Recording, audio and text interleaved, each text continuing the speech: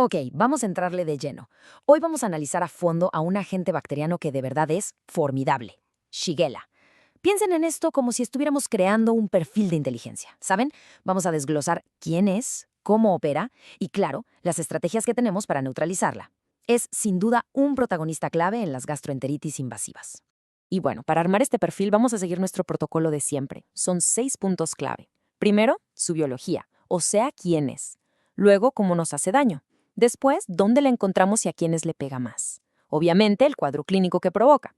Cómo la cachamos en el laboratorio y al final, cómo la combatimos. Así de claro. Y para que de entrada nos demos una idea de con quién estamos tratando, vean este número. 100. Así es. Con tan solo 100 a 200 bacterias ya tienes la enfermedad. Esto es poquísimo. Nos dice de inmediato que Shigella es un agente súper infeccioso. Su dosis infectiva es, de verdad, increíblemente baja. Muy bien, empecemos por lo primero, su ficha de identificación, por así decirlo. Sección 1. Fisiología y estructura. Vamos a ver quién es exactamente este adversario a nivel microscópico. Ok, a ver. En el papel, Shigella es un bacilo gram negativo, o sea, se tiñe de rosita. Es anaerobio facultativo, lo que significa que le da un poco igual si hay oxígeno o no, se adapta. Y un punto importante, no se mueve, es inmóvil. Pero aquí viene lo más interesante, y esto es clave, su relación con E. coli. Fíjense, los análisis de ADN nos han mostrado que en realidad Shigella es genéticamente casi idéntica a E. coli, o sea, técnicamente son biogrupos de E. coli. ¿Por qué las separamos? Pues por razones históricas y sobre todo clínicas. Pero que no se nos olvide, genéticamente son primas hermanas. Ahora, como buena gram negativa, su pared celular es compleja. Tiene su capa delgadita de péptidoglucano y luego una membrana externa. Pero aquí, la estrella del show es el famoso lipopolisacárido, el LPS. Piénsenlo como un arma de 3 partes. Primero, el antígeno O, que es como su placa de identificación, lo usamos para clasificarla. Luego un polisacárido en el centro. Y la parte más, digamos, peligrosa, el lípido A. Este es la endotoxina. Es el que desata el caos, la respuesta inflamatoria sistémica que vemos en los pacientes. Ok, ya sabemos quién es. Ahora vamos a ver cómo actúa. Sección 2. Patogenia e inmunidad. Este es su modus operandi, su plan de ataque para invadirnos y causar la enfermedad. La estrategia de invasión de Shigella es, de verdad, una genialidad de la evolución. Chequen esto. Paso 1. Apunta a las células M del colon, que son como las puertas de entrada. Paso 2. Usa su arma secreta, un sistema de secreción tipo 3. Imaginen una jeringa molecular. Con ella inyecta unas proteínas, las IPA, directo en la célula. Esto hace que la membrana de nuestra célula se agite y ¡zas!, se la trague. Paso 3. Una vez adentro, no se queda quieta. Rompe la bolsita en la que está, la vacuola, y escapa el citoplasma para empezar a replicarse. Y aquí viene lo más increíble. Paso 4. Secuestra nuestra propia actina, el esqueleto de la célula, y la usa para construirse una especie de cola de cometa que la impulsa hacia la célula de al lado. Así se pasa de una célula a otra sin salir nunca, evitando al sistema inmune. Finalmente, paso 5, le dice a los macrófagos que se autodestruyan, que hagan apoptosis, y esto libera un montón de citocinas que causan una inflamación brutal.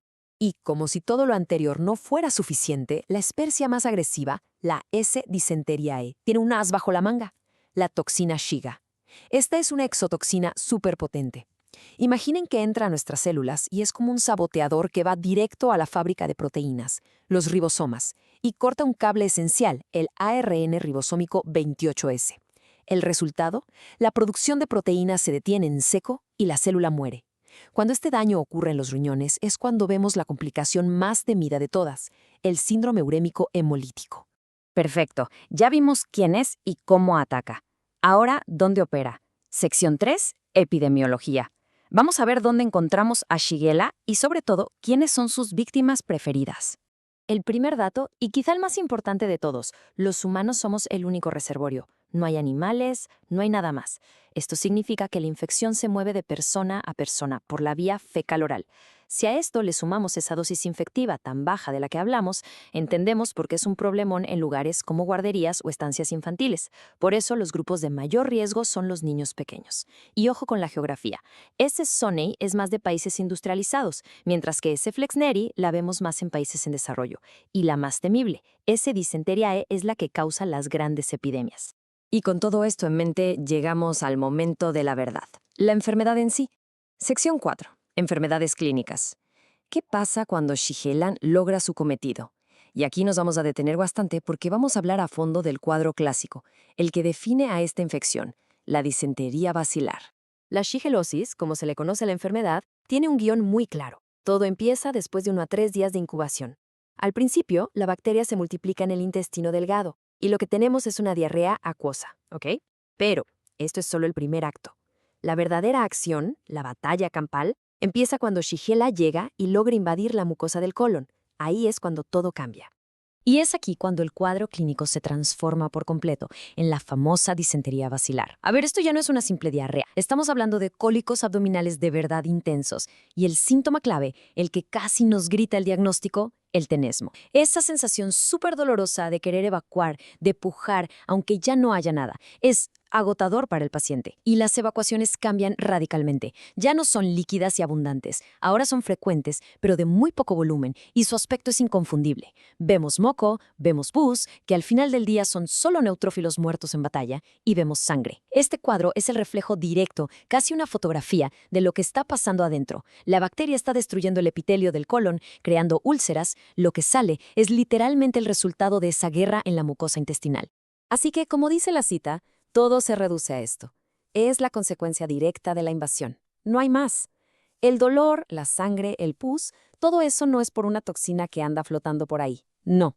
Es el resultado de la bacteria metiéndose físicamente a las células, multiplicándose y destrozando el tejido del colon. Es una guerra cuerpo a cuerpo, a nivel tisular.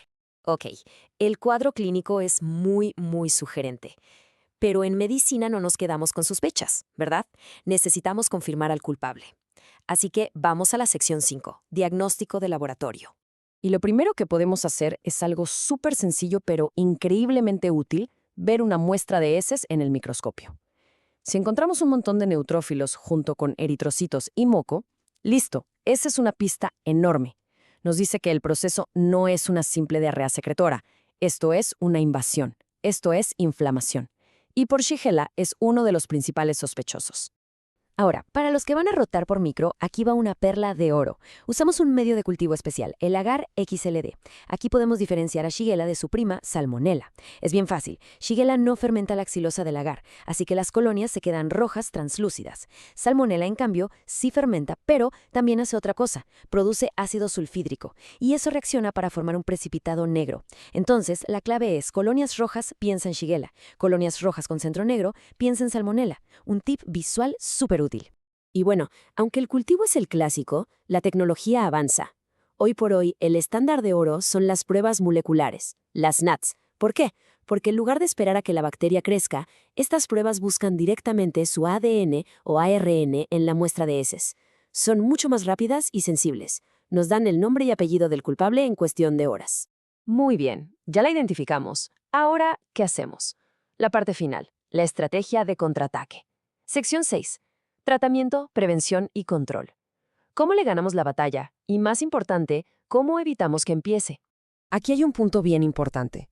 A diferencia de muchas otras diarreas donde solo damos soporte, en la shigellosis sí se recomienda dar antibióticos. Y la razón es doble. No solo para que el paciente se sienta mejor más rápido, sino, y esto es clave, para reducir por cuánto tiempo está expulsando la bacteria en las heces. O sea, es una medida también de salud pública, para cortar la transmisión.